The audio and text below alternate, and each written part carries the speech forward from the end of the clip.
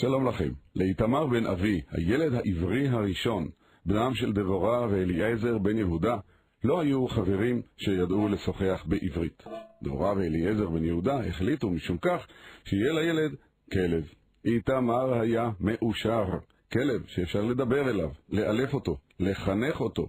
שם נתנו לכלב, שם עברי, כלב ושמו מהיר. כשבא יומו של מהיר, ואיתמר הקטן מרר בבכי על הילקח חברו היחיד, לא נשאר אליעזר אדיש. החליטו לקבור את מהיר. שאל איתמר, אבא, מה נכתוב על קברו של מהיר?